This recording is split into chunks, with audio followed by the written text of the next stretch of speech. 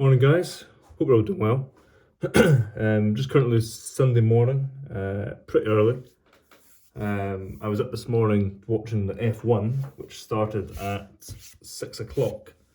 So I can't remember what time that finished. Maybe 7:30, 8:15, but it's 25 past 8 just now. So made myself a nice coffee, and I thought I would enjoy a bowl of HU Dockworker. I find that coffee pairs exceptionally well with this blend, but I think that's a common theme, is that burleys pair and smoke really well with a cup of coffee. In particular, I think a milky coffee. I've got a flat white that I made 5 minutes ago, and we'll get that lit in my own Jack Ryan, which I've been asked a few times what kind of shape this is. I kind of call this my apple billiard. It's not quite an apple, it's not quite a billiard, it's a bit of kind of a Danish-esque in between the two, but this is by far my favourite pipe. I kind of smoke everything and anything in it, and what I mean by that is all my different burleys and Virginias and Vapors in this pipe. I don't just dedicate it to one blend or one singular kind of component. But that being said, I'll get my matches and we'll get this lit. Not had this blend for probably a few weeks now actually. I don't have much of it in the cellar, I'll get onto that in a second. We'll just get this lit.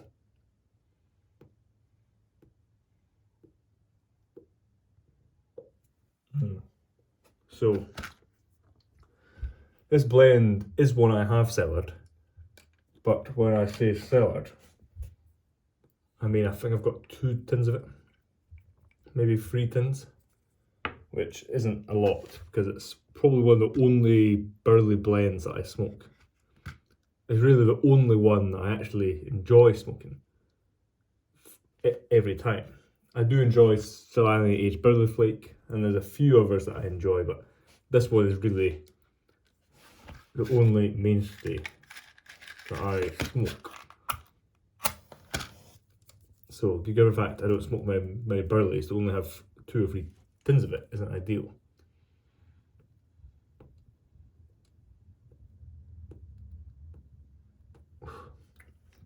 So, because of that, I do plan on getting some more in the cellar in the short term, hopefully. But I am in a position where there's so many blends. Great flavour from off. There's so many blends that I want to cellar just now, but it's of course, one, I don't have the funds to cellar every day. Kind of purchase tobacco left and right. Kind of, if I'm lucky, I buy a couple of tins a month to tuck away in my cellar.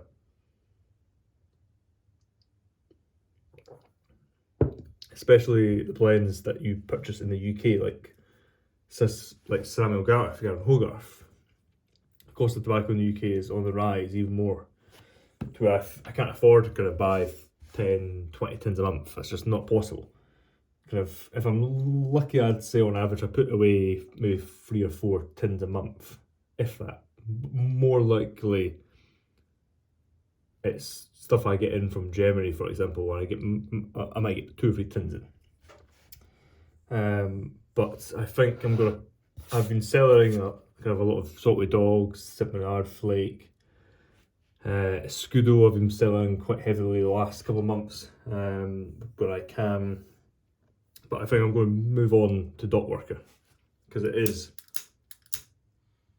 a fantastic blend.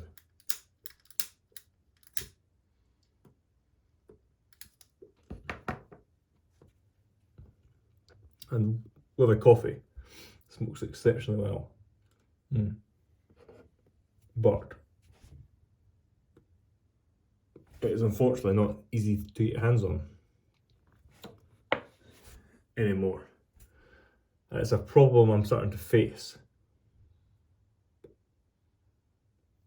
as my kind of tobacco rotation is situated behind me, where I've shown it a few times on live, on one of my live streams.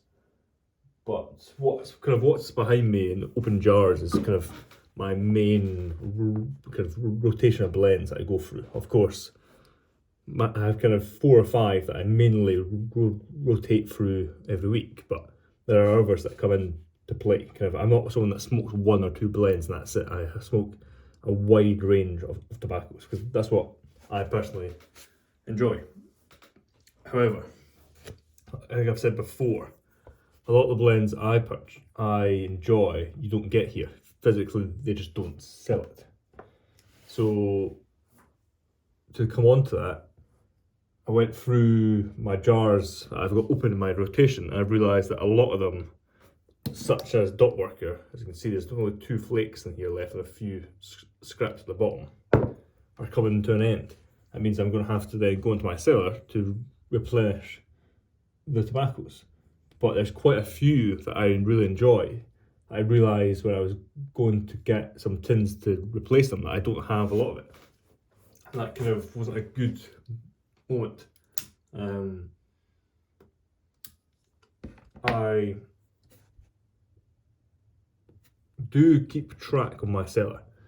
I've got a spreadsheet where I have a list of every tobacco I have cellared in my tobacco cellar. I don't count any jars in the cellar, so kind of like all the tobaccos behind me, tobaccos like that, and tobaccos I have in drawers like that in jars, I don't count as part of my tobacco cellar. Of course, they are part of the cellar, but my tobacco cellar I count as sealed pouches and tins, so stuff that isn't opened and jarred. And I've got that quite well accounted for, so I have a list of all the tobaccos, and beside them I've got the amount of tins I have of each tobacco in the cellar. And there are some that I thought I had more than I did, and then when I checked last night on my spreadsheet and then actually went into my cellar, I realised that there were 3 or 4 blends that I really enjoy. I only have 1 tin of in the cellar, which is not ideal at all. Thankfully, those 4 tobaccos aren't kind of my mainstay, kind of something I would go for every week. But they are tobaccos that, let's say, every couple of weeks I would go for and kind of add into the mix. And they are blends that I do enjoy. So, because of that, I'm going to have to kind of go back through my cellar and work out what I need to physically acquire to kind of get some tins under my belt of those certain blends. Dockworker is one of those. Because this jar is virtually done, to where once that jar is done, I'll go into the cellar and I'll pull out a tin. I think my oldest tin is from 2021, so I'll be able to put some relatively aged tobacco in that jar. But then it means I would go down to 1 tin in the cellar, which of course isn't acceptable for a blend that you enjoy so much.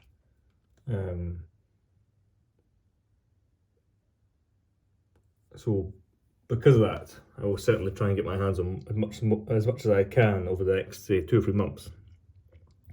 My goal for my cellar is always to kind of get 10 tins of a blend. So kind of, if you take Dockworker, if I was able to have 10 tins of it in my cellar, I would be happy with that. Of course, the more, the better, and I wouldn't stop buying it once I had got to 10 tins. But 10 tins to me, because I smoke a very kind of a wide variation of blends, having 10 tins of each means that in terms of quantity, I've got a lot of tobacco of the blends I enjoy. Whereas I wouldn't like to have, say, 100 tins of one blend and then 2 or 3 tins of others, because then you're kind of left with just smoking that one blend and very occasionally smoking others.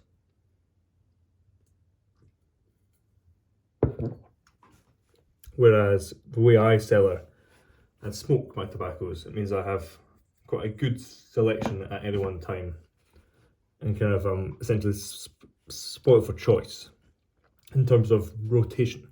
Again, when it comes to my cellar, there are things that are cellared much deeper than others. Which again, it's something I'm going to start to work on in the next couple of months, over the next year or so. This lighter needs gas. But also, something that I realised I need to cellar up or kind of put aside are these filters. As you can see, these are the older ones that I had tucked away. I've got a few of these boxes of 10s tucked away for emergencies. Like now, where this box of 180 that you can see behind me, behind there is empty. I've gone through that entire box now. But holding off buying some because of course next Friday is Black Friday, and there's always a lot of sales on, especially GQ Tobacco typically do sales across the board, but on their filters and pipe cleaners especially. So I'm hoping to pick up 2 or 3 boxes of 180 count next week. One to kind of have on my desk where I pull from, and the other 2 in the cellar. Because again, I've talked about kind of cellaring pipe filters before, because let's say Vaughan were to close up shop. They are, I would argue, probably the biggest manufacturer of filters, at least charcoal filters. To where if they were kind of to stop shop, of course there are other manufacturers, but they're the ones I've experimented with 4 or 5. They're the ones I kind of enjoy the most in my pipes. I get the best flavour through these. I don't find they kind of restrict the draw or anything too much, so that's kind of my choice. But if they were to announce, of course, you could run out online or in person to the shop and buy as many boxes as you can. But by that point, it might be too late. So I also just try and always have on hand tobacco, of course, in the cellar, but things such as filters or certain pipe accessories that you don't know if you can get your hands on them, or if you lose them, you can have more. That's the same with check tools. Kind of simple check tools, they're about £1 each. I must have about 15 of them. I've got them tucked away to where if I lose one or it breaks, I can just pull one out. Of course, you can't do that with everything because some things are much more expensive. But with cheap things like that and cheap lighters, I always try and have a supply on hand.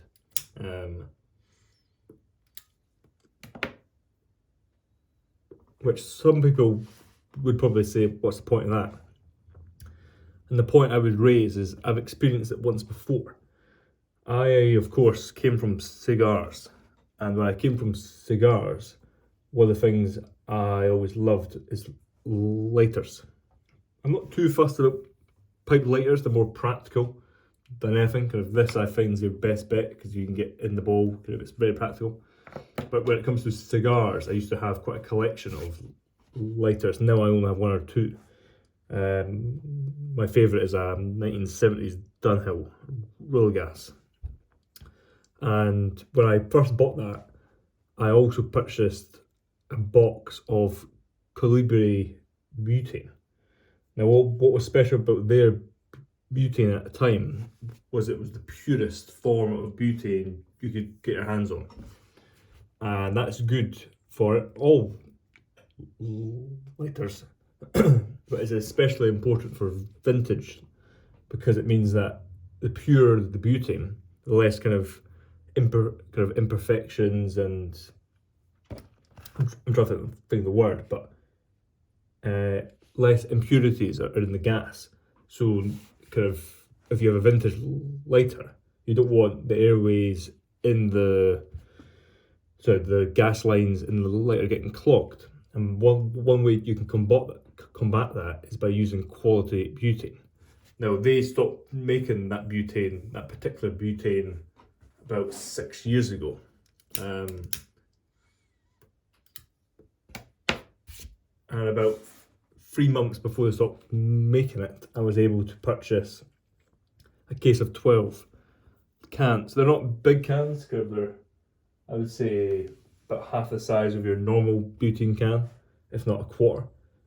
But I only use it for that 1 litre, to where that case of 12 butane will probably last me forever.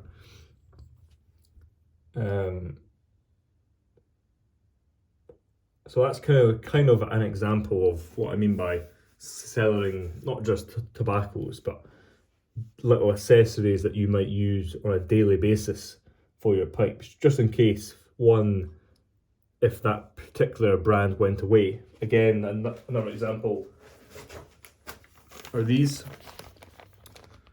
I can never pronounce the brand. Denny Cotia, I'm not sure. Butchering that probably. But the point is these are my favourite pipe cleaners, both for smoking and pipe making. I find that these particular cleaners give off very little in the way of what's the name, kind of flint, kind of the fibres, whereas some pipe cleaners are horrendous for that, which is particularly annoying when you're pipe making, if you're using pipe cleaners to stain or to oil a pipe, which many pipe makers do use. So I find these are the best, and I've not found better. I've experimented with countless brands, these are the best. However, they've kind of stopped making these. Some places still have them in stock, but I believe they've stopped making them. And I thankfully have a case of about 15 of them, which I just slowly go through. Kind of, they're cellared, if you want to call it cellared, but they're more just kind of stocked away, so I've got a supply. And like I said, they are by far the best I have found. So kind of, again, that's kind of a long-winded answer of kind of why I cellar those accessories. But that being said, of course, the most important thing is your tobaccos. Because it's pointless cellaring filters, pipe cleaners, different accessories, having a nice pipe collection, but if you have no tobacco.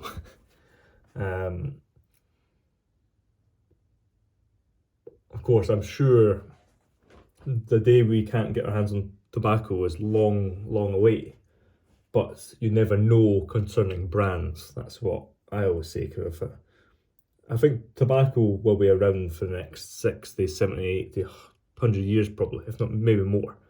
It's just accessibility in certain countries might be restricted, but it's more from a case of the brands you like for example HU. They might only be around as long as 2 years. They might be around for the next 30 years. You have no idea. So it's about cellaring tobaccos that you enjoy, and that's why I kind of only cellar what I enjoy. I don't kind of follow any of the hype when it comes to certain blends if I've not tried them. I only purchase tobaccos to cellar which I have personally smoked firsthand and enjoy. But speaking of enjoy, I will leave you guys there. I will get on with this pipe and coffee. I've got some work to do today in the workshop. I've got a few pipes I need to sketch out for commissions. So I'm going to get that done today. Or I enjoy a pipe and I might watch some catch up on some videos. But yes, that being said, hope you guys take care. You have a great weekend and a great start to your week. As always, this is Sunday morning just now, so I'll be live tomorrow night. Cheers.